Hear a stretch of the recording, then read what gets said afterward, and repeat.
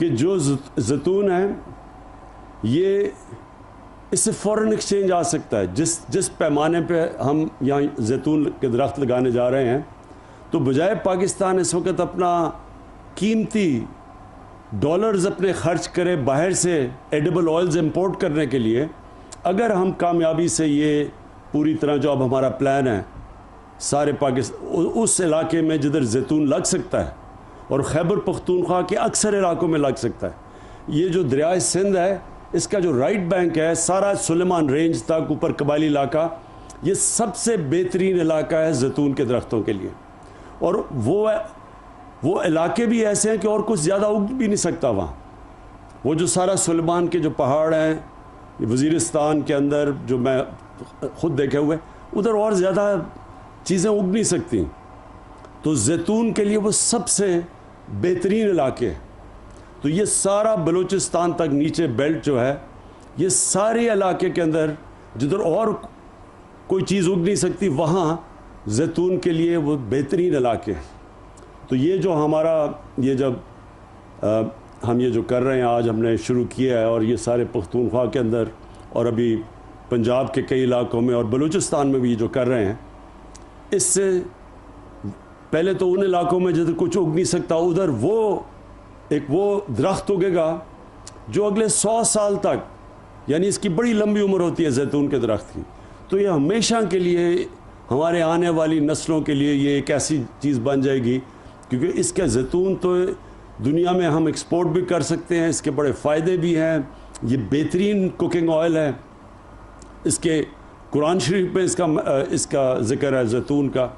تو اس کے وہ فائدے ہیں جو کہ ابھی تک ہمارا اللہ نے ہمیں اتنی نعمتیں دی, اس ملک میں اتنی 12 موسم دیے, لیکن ہم نے فائدہ نہیں ان کا اٹھایا. تو یہ اس کا اگلا سٹیپ ہے. پھر روزگار, یہ جو شاہ فرمان نے بات کی, ان علاقے میں ہم نوجوانوں کو ان کے ساتھ مل کے روزگار دے سکتے ہیں. ہم یہ جو اس کی پروسیس کے اندر بڑے نوجوانوں کو نوکریاں مل سکتی ہیں. یہ جو علاقے ہیں زیتون کے, انہی نوجوانوں کو ہم ان کے ساتھ بزنس بھی ماڈل کر سکتے ہیں, ان کو نگہبان بنا سکتے ہیں. جس طرح کے بلین ٹری سونامی میں ان علاقوں سے ہم لوگوں کو لیتے ہیں, وہ پہلے اسی علاقے کے ہوتے ہیں, پہاڑی علاقے کے, پھر وہ اپنے درخت بھی بچاتے ہیں, ان کو پیسے بھی ملتے ہیں, نرسریز بھی اگاتے ہیں. تو اس سے ایک پورا ایک روزگار کا سسٹم بن جائے گا نوجوانوں کے لیے. اور جو ہمارے لیے بڑا امپورٹنٹ ہے کہ ہمارا ڈالر بچیں گے, ہم اس کو ایکسپورٹ کریں گے. ہم بجائے ایڈیبل آئل امپورٹ کرنے کے ہم بلکہ ایکسپورٹ کر سکتے ہیں. ہم تو جو ہم نے یہ پوٹینشیل دیکھا پاکستان کا, اسپین میں بہت زیادہ وہ زیتون کا تیل ایکسپورٹ کرتے ہیں, تو ہمارا تو اسپین سے بھی زیادہ پوٹینشیل ہے. ہم تو دنیا کے ٹاپ ایکسپورٹر بن سکتے ہیں زیتون کا. اور انشاءاللہ جو ہم ساتھ ساتھ جو ہمارا بڑا مسئلہ بنا ہوا ہے آلودگی کا شہروں کے اندر, وہ تو جو ہماری 10 بلین ٹری سونامی اور جو شہروں کے اندر اربن پلانٹیشن ہے, جس کے اندر ایک نئی ٹیکنیک نکلی ہے میاواکی. یہ جاپان سے ٹیکنیک آئی ہے کہ وہ ایک ایسا انہوں نے ٹیکنیک نکالا ہے کہ وہ جو جنگل 30 سال میں اگتا ہے وہ 10 سال میں اگ جاتا ہے. اور وہ میں نے لاہور میں 50 جگہ پہ یہ ہم نے پلانٹ کروائے ہیں. یہ جو میاواکی فارسٹ ہے, یہ میں چاہتا ہوں آپ کاظم اپنے فارسٹ ڈپارٹمنٹ کے ساتھ مل کے اربن پلانٹیشن میں پشاور میں کریں خاص طور پہ, کیونکہ پشاور میں بہت آلودگی پھیل گئی ہے. پولوشن جو میں لیولز پڑھ رہا تھا پولوشن کے پشاور میں, وہ بہت اوپر چلے گئے ہیں. تو آپ کو یہ میاواکی فارسٹ کی ٹیکنیکس جدھر جدھر آپ کو علاقے ملتے ہیں, تھوڑے سے علاقے میں یہ ایک تو اگتا زیادہ تیز ہے اور ایک آکسیجن زیادہ دیتا ہے, عام جنگل سے زیادہ آکسیجن دیتا ہے. یہ بڑی سائنٹیفکلی جاپان کے اندر انہوں نے یہ ڈیولپ کی ہوئی ہے ٹیکنیک. تو شہروں کے اندر بھی اپنے لوگوں, وہ بھی اپنے فیوچر میں اپنے بچوں کی, اپنے نسلوں کی, اپنے جنریشنز کی, ان کی صحت کے لیے ہمیں بڑا ضروری ہے کہ شہروں کے اندر بھی ہم یہ اربن فارسٹری کریں. تو میں پھر سے اینڈ میں آپ کو شاہ فرمان خراج تحسین پیش کرتا ہوں, کیونکہ آپ نے ڈرائیو کیا یہ ساری آلیو ٹری پلانٹیشن. یہ جو ڈرائیو ہے یہ آپ کی طرف سے تھی, یہ بڑی زبردست ہے. اور اب ہمارا سارا جو پاکستان میں جو ہم 10 بلین ٹری سونامی کریں اس کا ہم حصہ بنا لیں گے. اور آخری چیز میں بھول نہ جاؤں, فروٹ ٹریز, ہمارے پاس پھلوں کے درخت ہم اسی کے اندر شامل کر لیں گے. اس سے بھی مقامی علاقوں کے اندر لوگوں کو روزگار ملے گا, ان کے لیے ان کی آمدنی میں اضافہ ہوگا. پاکستان میں بہت مختلف قسم کے پھلوں کے درخت اگ سکتے ہیں, اور اس میں مسئلہ یہ ہے کہ ہم نے کبھی سوچا نہیں اس کا. ہمارے پاس 12 موسم ہیں, بڑے کم دنیا میں ملکوں کے پاس 12 موسم ہوتے ہیں. ہم اوپر سے جو سب سے اونچے پہاڑ سے ہم جب سمندر تک جاتے ہیں تو مختلف کلائمیٹک زونز ہیں, اور ان کے اندر مختلف ہم وہ درخت اگا سکتے ہیں جس طرح اولیو ویلیو ایڈڈ اس کو کہتے ہیں. اس درخت سے بہت فائدہ ہو سکتا ہے بنسبت اسی علاقے کے اندر اگر آپ مثلا گندم اگا دیں اور ادھر ہی آپ یہ اولیو اگا دیں, یا ایک ایووکاڈو درخت ہے, اس کا اتنا زیادہ جتنا اس سے فائدہ ہوتا ہے. یعنی وہ جو ایووکاڈو کے درخت اگر اتنی علاقے میں لگا دیں تو اس کی لاکھوں روپے زیادہ کی آمدنی ہے 6 مہینے کی, سال کی جب اگتا ہے.